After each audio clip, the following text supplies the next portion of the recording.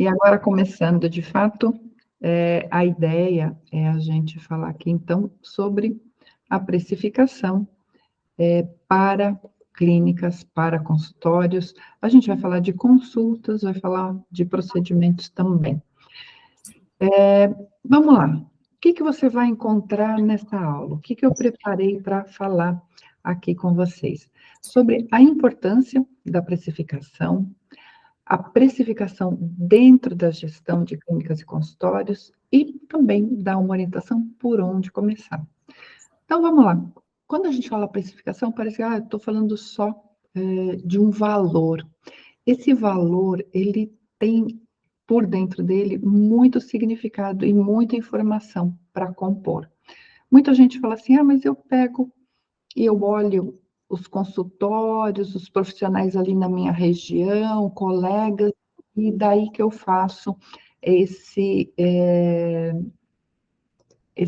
esse valor e defino e vou começar a praticar no meu consultório, na minha clínica".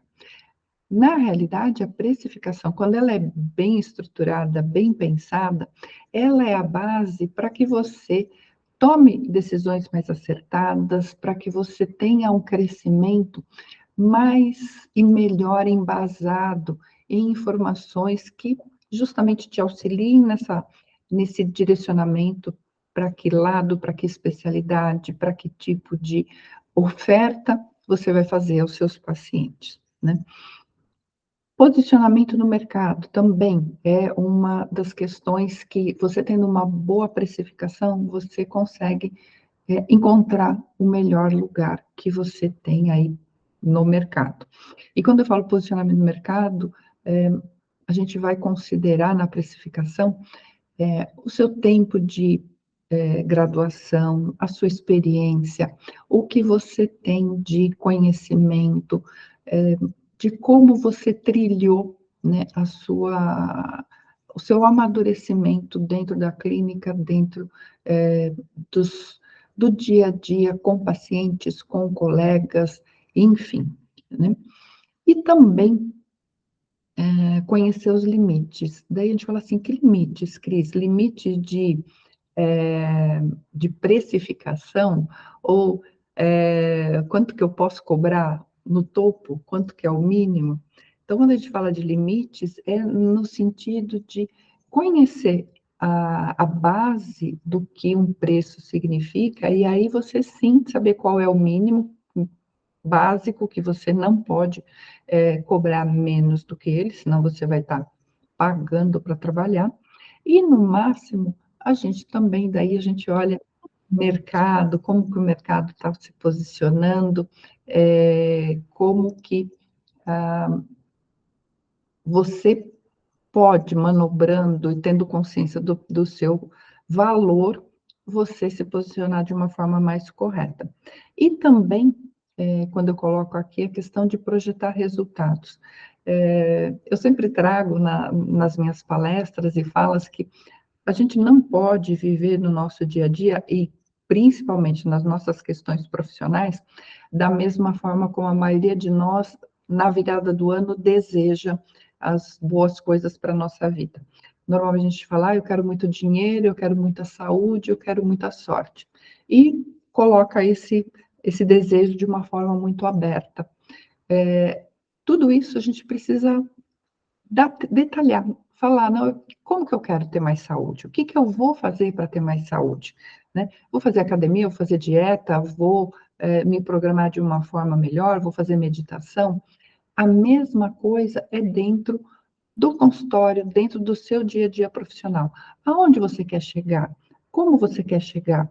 Então, quando a gente projeta resultados, também tem sentido o preço, porque é a partir dele que você vai poder dizer onde você quer chegar, como, quanto que você vai poder levar para casa livre todo mês, o quanto você vai precisar necessariamente deixar dentro do consultório para que ele possa seguir, para que ele possa crescer, e ter volume, e poder te sustentar, e poder atingir os resultados que você tanto almeja. Então, vamos lá. Como eu disse, preço está dentro de finanças e ele é a base. Eu gosto de dizer que sim, ele é a base para todos os outros pilares, porque a partir do preço que você praticar, da forma que você colocar o seu valor, ele vai dar base e sustentação para que os outros pilares possam se manter equilibrados, possam se desenvolver. Então, o teu preço vai dar material, vai alimentar você preparar a sua equipe, você dar treinamento, você fazer as postagens em mídia, você ter uma boa agência trabalhando com você, você pensar no seu próprio crescimento, então, nos seus cursos, na participação em congressos, em eventos, pensar na sua aposentadoria, pensar no bem-estar da sua família e no seu conforto também. Então, preço é a base para a gente pensar em todas essas outras questões que estão dentro do consultório. E por onde começar, né? O que é o ponto mais relevante nesse momento para a gente considerar e partir para o começo do cálculo do preço? Primeira questão é calcular o quanto custa, eu chamo de hora útil, a gente pode chamar de hora clínica também. O consultório, e daí quando eu falo consultório, pode ser o consultório físico, pode ser o seu espaço que você loca e você é responsável por todo ele, pode ser seu espaço próprio, pode ser um coworking, pode ser o atendimento pelo teleatendimento, pela teleconsulta, as mais variadas formas de você prestar o seu atendimento ao seu paciente é o que eu estou chamando aqui de hora útil. O que significa essa hora útil? É o tempo que você vai disponibilizar para cada atendimento individualmente. Então, a gente vai entender, eu vou explicar aqui, como você chegar nesse custo para que você saiba o mínimo que você precisa cobrar de qualquer atendimento que você tenha, para que você possa ter a base de sustentação da vida sua profissional e da sua vida pessoal. Isso tudo vai estar dentro do preço. Cris, mas eu atendo só pela modalidade de teleconsulta. Conheço alguns psiquiatras, psicólogos que focam e que estão aí trabalhando muito bem dessa forma. Eles têm custo, eles precisam fazer o cálculo de custo de hora útil? Sim, você tem custo com internet, você tem custo com equipamento, você precisa atualizar a sua infraestrutura continuamente, você precisa cuidar da segurança da informação, tudo isso é custo. E o seu tempo também, de certa forma, o quanto você quer ser remunerada, é um custo que é um valor que está dentro desse custo que a gente considera. Então, para qualquer modalidade de forma, né, qualquer forma de atendimento, tem que se pensar qual é esse custo de hora útil. E vamos aprender como calcular esse custo de hora clínica? Eu trouxe aqui uma fórmula, vamos dizer assim. Olhando, ela parece simples, mas vamos fazer com que o entendimento também seja simples. O custo de cada hora clínica significa você pegar todos os seus custos de um ano. Então, vamos lá, eu vou relacionar alguns, e se você for anotando, eu tenho certeza que você vai identificar alguns outros que eu vou deixar de falar. Mas vamos lá. Aluguel, condomínio, água, energia, internet, folha de pagamento de funcionários, impostos. Se bem que impostos não entra no preço, eu explico isso depois. Como assim, Cris, não entra no preço? Entra, mas não nessa hora aqui. Aqui a gente está fazendo o cálculo da hora clínica. Todos os insumos que você usa para todos os atendimentos. Então, quando eu falo, por exemplo, de dentista, para todos os pacientes, em princípio, tem o guardanapo, tem o babador, um sugador, né? É a base. Para outros procedimentos, daí tem outros custos, que eu vou comentar aqui também, um pouquinho mais adiante.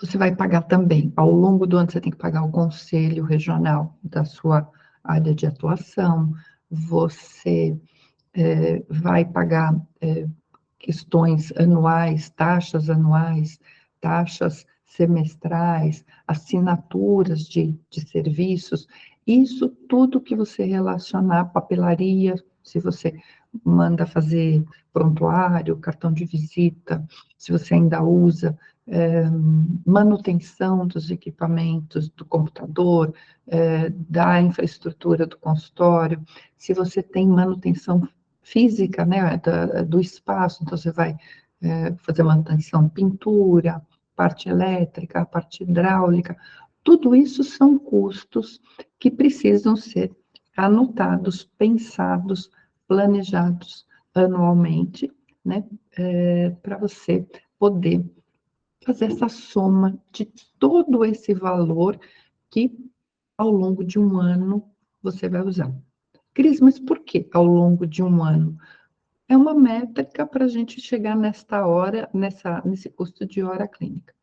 Então, a gente busca esse ano, porque é o mais fácil, vamos dizer assim, da gente calcular e buscar todas as informações. Tem anos que esse valor pode ser maior ou menor, mas você usa isso, esse primeiro cálculo que eu estou aqui mostrando para vocês, vai ser uma base para você ter noção daquilo que você não pode deixar de cobrar. Então, vamos lá. Daí, esse custo total anual, ele vai ser dividido por quê? Pelo tempo que você vai atuar. Então, imagina que no mês você atende algumas horas por semana. Vamos dizer que 20 horas por semana, né? Você escolhe algumas tardes, 5 tardes, 4 horas por tarde, você trabalha 20 horas por 4 horas por dia, 5 dias na semana. No mês, eu costumo arredondar 4 meses por mês, 4 semanas por mês, e no ano a gente não deve considerar os 12 meses. Por quê? Vamos multiplicar. Minha sugestão, eu sempre indico fazer esse cálculo por 10 meses. Porque tem os meses ou que você vai lá tirar suas férias, vai participar de congressos, vai sair. Tem os feriados que o pessoal emenda, tem intercorrências, enfim. Eu gosto de trabalhar com uma margem de segurança, então eu calculo o custo de hora clínica baseado em 10 meses de trabalho. Então, voltando, como é que você vai calcular? De novo, quantas horas você trabalha por dia no consultório? Não estou falando em outras atividades, só no consultório. Vamos usar como base, são 4 horas por dia. 5 dias por semana. Estamos falando de 20 horas. Se 20 horas, 4 semanas no mês, 80 horas mês. Vezes 10 meses, eu estou falando de 800 horas. Então, o custo total anual, você vai dividir por 800 horas. E você vai chegar a um valor. Este valor é aquele mínimo que você precisa custear, precisa colocar no seu preço para que você não perca dinheiro. E daí tem uma situação que eu gosto de trazer esse exemplo aqui, que é muito interessante. Normalmente, dentista não cobra a primeira consulta. Quando ele não cobra essa primeira consulta, o que que acontece? Ele está pagando, vamos dizer assim, para trabalhar, porque aquele valor, aquela hora que ele dedicou para fazer análise, para chegar a um diagnóstico, para fazer um orçamento, aquela hora, se ele não fechar aquele paciente, ele perdeu aquele valor, né? Então, por isso que é tão importante a gente ter claro qual é o nosso valor mínimo e saber como trabalhar com ele e como não perder ou não pagar para trabalhar. Daí tem uma outra questão que é importante também. Aqui a gente está falando do custo da hora clínica, então essa é a base para você definir o seu preço. O que mais você vai considerar no preço, né? Então, porque aqui está o mínimo. Você vai considerar aquilo que vem a mais para cada atendimento. Vamos dizer que no atendimento, na consulta, você vai dedicar o seu tempo à sua aposentadoria, às suas férias, o seu tempo, né, ao teu conhecimento. Então, em cima desse valor de hora clínica, você vai acrescentar também ao longo do tempo, conforme for crescendo a sua experiência, o seu tempo, e aí a gente faz análises para ver como pensar nesse valor. Cris, mas lá na hora, quando eu levantei o custo total anual, eu também não tirei o meu prolabore, eu também não considerei isso no custo total anual? Sim, lá você tem que considerar o prolabore. E é importante você, que é a base, o quanto que você precisa tirar de mínimo ali no mês, no seu atendimento. Quando eu estou falando de colocar um percentual acima desse valor, é aquilo que a gente está pensando no lucro, nos impostos, é fazer uma margem de segurança para você não ficar no limite do valor daquela hora, ok? Que mais que eu quero contar para vocês, então? Quando a gente passa por esse cálculo, por essa análise, a gente vê que a base da hora é esse custo que a gente levantou. E daí você vai buscar outros custos, como eu falei, de procedimentos, por exemplo. Vou trazer aqui um médico, por exemplo, que vai, vamos imaginar um vascular que vai fazer a escleroterapia, né? Vai fazer o que a gente chama lá de aplicação, a secagem de varizes, né? Existem várias técnicas, mas estou pensando no tradicional ainda. Para aquela hora que ele já definiu qual é o custo mínimo que ele pode usar, ele vai usar mais material para aquele procedimento. Então, ele tem que levar em consideração, por procedimento, qual é o custo variável. O custo variável é aquele que acontece só para aquele específico tipo de atendimento. Então, no caso da escleroterapia, ele vai levar em consideração se ele usa, o quanto que ele vai usar de líquido, quanto que ele vai usar de algodão, de, de micropor, se ele vai enfaixar. Então, tudo que ele vai acrescentar, o que ele vai usar naquele procedimento, o lençol também da maca, que é descartável, tudo isso faz parte da conta do procedimento. E isso, então, vai fazer com que se chegue ao valor do procedimento em si. Dentista, por exemplo, já é mais complexo, e é importante fazer para cada um dos tratamentos. Eu vou fazer uma profilaxia, a limpeza, o que que vai ser utilizado, quanto vai ser utilizado, qual é o tempo. Então, tudo isso precisa entrar no cálculo daquele tipo de tratamento. Eu vou fazer uma restauração. Eu tenho que levar em consideração o quanto de material, todos os materiais, todas as etapas de anestésico, de esterilização, de material de apoio, enfim, tudo aquilo precisa ser considerado para definir com segurança o preço para aquele procedimento, para aquele tratamento em si. E sempre a hora clínica é a base para esse valor ser calculado. Outra coisa que, quando a gente fala de preço também, é super importante ter bastante claro, é a questão da política, de como você cobra os seus pacientes. É muito, muito importante que você tenha claro em que situações você vai cobrar qual valor, se você vai ter a aplicação de descontos, e em que situações você vai aplicar desconto. Até nesses últimos dias, eu respondi a uma pergunta que eu recebi nas mídias, como elaborar o desconto, né? Tem plano para fazer desconto? Sim, a partir do momento que você sabe qual é o seu mínimo, e você, que é a hora clínica, o quanto que você vai ganhar em cada procedimento, é muito claro, fica bastante claro, até onde você pode chegar num desconto. Então, por exemplo, eu vou não cobrar absolutamente nada, vou atender gratuitamente.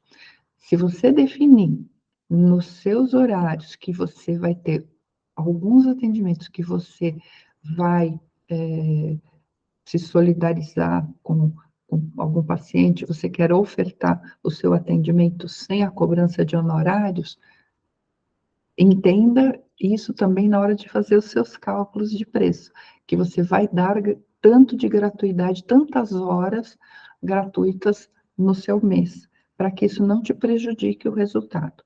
É, eu já atendi um dentista muitos anos atrás, onde ele não conseguia cobrar dos pacientes, e ele estava falido, porque ele ficava com dó, e ele atendia os pacientes, não cobrava, e ele próprio não tinha dó de si próprio, e não tinha, ele estava sem condição de continuar com a clínica por conta disso. Então, a gente tem que ter cuidado na aplicação de desconto. Cris, como é que eu faço com colegas, com parentes, enfim, com pessoas que eu acho que merecem, que eu quero dar um desconto? Ok, faça essa conta e pelo menos a hora clínica você cobra, porque senão você vai estar pagando para aquela pessoa sentar na sua cadeira, sentar no seu consultório para você atender.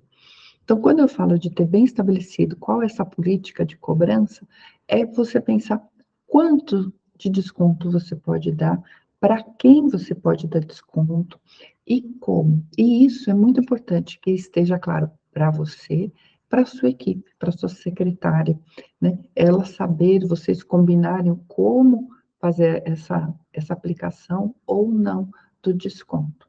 Então, não é algo para se entregar sem controle, sem noção do que isso afeta o teu resultado, ok? Forma de pagamento. Hoje em dia, cheque é algo cada vez mais raro de se encontrar, mas ainda existe. Semana passada mesmo eu fui no consultório e o pessoal, Cris, você não trabalha com cheque? Você não quer pagar com cheque? Eu, pessoalmente, não trabalho mais com cheque, mas tem muita gente que sim.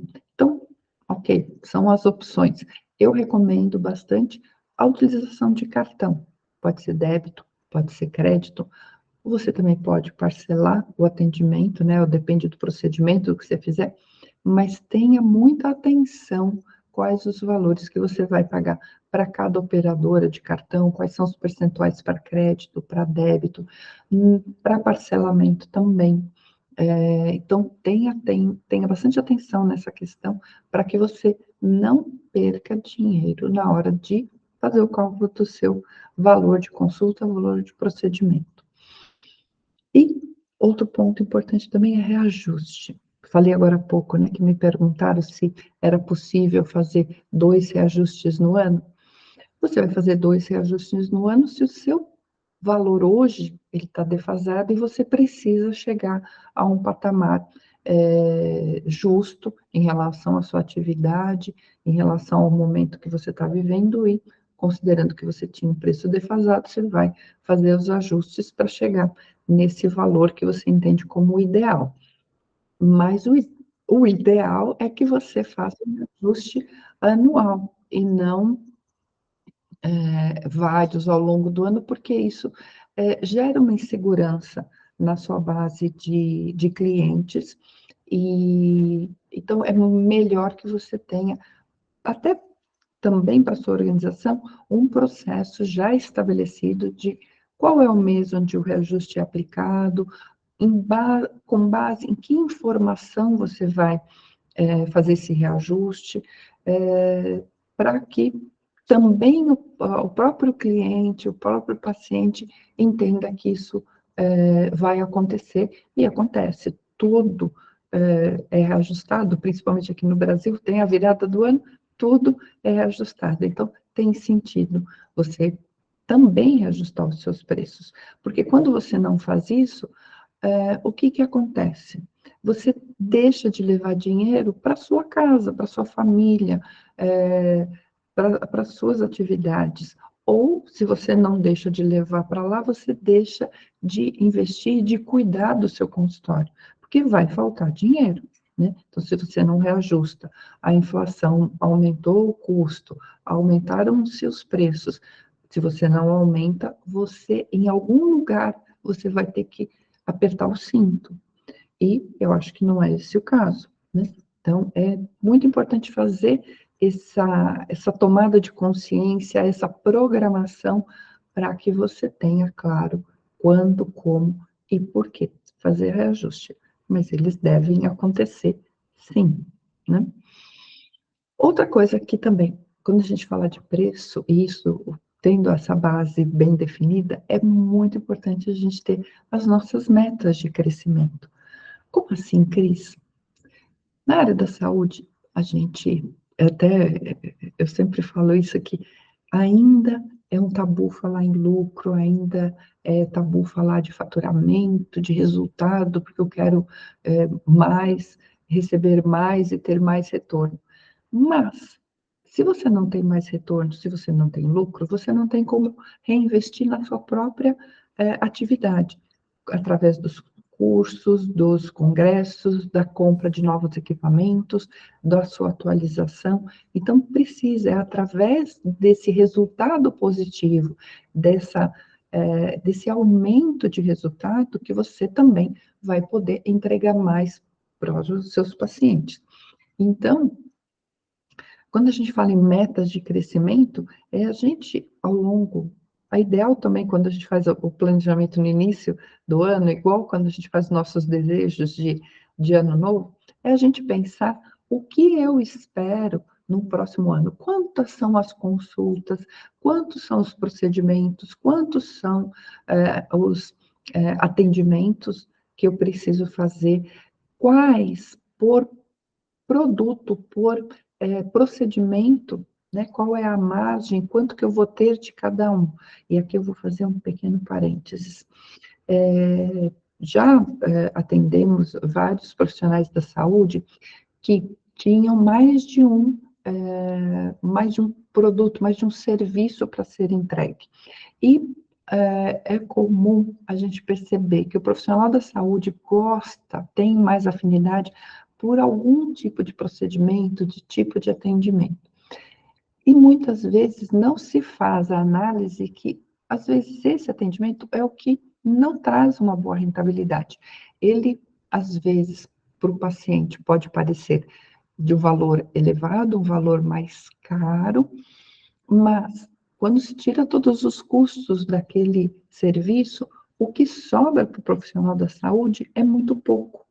Então, quando a gente olha a nossa carteira de produtos, de serviços, a gente tem que ter muito claro qual é a rentabilidade de cada um, para a gente distribuir na nossa agenda aquilo que vai gerar o valor que a gente precisa ter no, no final do mês, o resultado que a gente espera no final do mês. Vou dar um exemplo de uma situação que aconteceu um tempo atrás, uma psicóloga que tinha 2 tipos de atendimento, tinha consulta clínica, padrão, e tinha uma análise de perfil psicológico que ela gostava muito de fazer, tinha um direcionamento muito forte com o propósito de carreira dela, mas quando a gente foi analisar o tempo que ela levava para fechar esse diagnóstico, os tipos de testes, de aplicação de testes que precisavam ser feitos, e o que ela cobrava, não trazia o retorno que ela precisava para fechar a conta no mês. Então, qual foi o trabalho feito?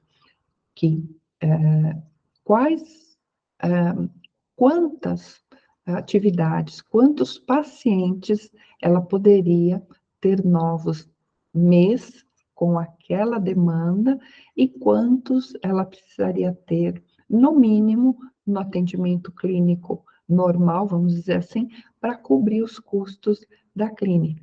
Quando ela tomou conhecimento disso, foi muito mais fácil dela organizar a agenda e ficar mais tranquila no final do mês com os resultados financeiros que ela precisava, ok?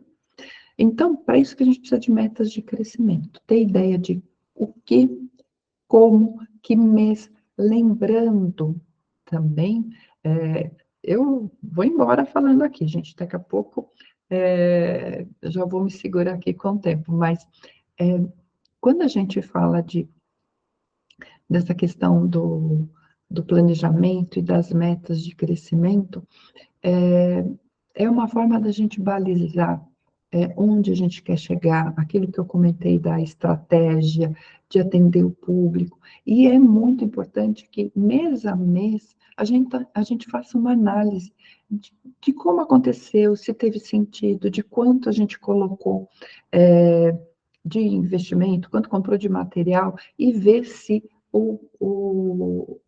como que o mês se comportou, qual foi o resultado, porque a partir daquilo que acontece, a gente consegue ajustar para frente. Cris, e preço tem a ver com isso?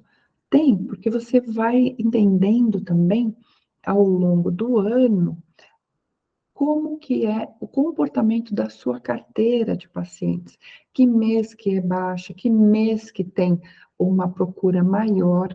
Também uma outra coisa, e daí você se programa, porque um mês vai entrar mais, você vai ter que guardar aquele, vamos dizer, a mais que entrou, para o mês que você sabe que não vai entrar tanto, né? Então, sempre trabalhar com uma média razoável para você levar para casa. Por que, Cris, você fala disso de levar para casa? Outra coisa importante também, mas isso é falando mais de finanças, eu estou aprofundando um pouquinho. É muito importante ter a divisão, a separação do que é relacionado com o consultório, com a sua atividade clínica, do que é relacionado com a sua atividade pessoal, com o seu dia a dia, com a sua família, com aquilo que você faz para si, com a sua academia, com os seus cursos, aquilo que você gosta, né? Tem que ter muito claro o dinheiro de um lado, o dinheiro do outro, para que você tenha bem claro que o dinheiro, por exemplo, do consultório, ele tem que ser suficiente para manter o consultório e te sustentar. E você precisa primeiro ter essa visão do consultório para depois pensar na pessoa física. Porque se o consultório dá menos do que você está gastando na pessoa física, você está prejudicando o gerador de receita, né? Se você não está investindo, se não está colocando em marketing, tudo. Então, essa não é uma boa balança.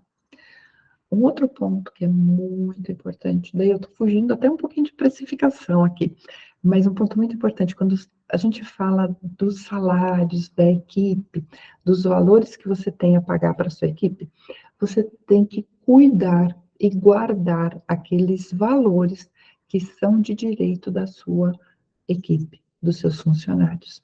Não leve para casa o dinheiro correspondente a 13º, férias, né, e eventualidades que você precise guardar para os funcionários, porque é direito deles.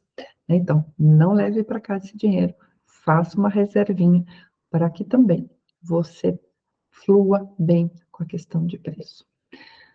E fechando aqui, falando de meta de vidas, né? Porque quando a gente está falando de preço também, ele engloba aquilo aonde você quer chegar, como que você quer avançar na sua carreira profissional, como que você vai crescer, o que você vai atingir, quando e como.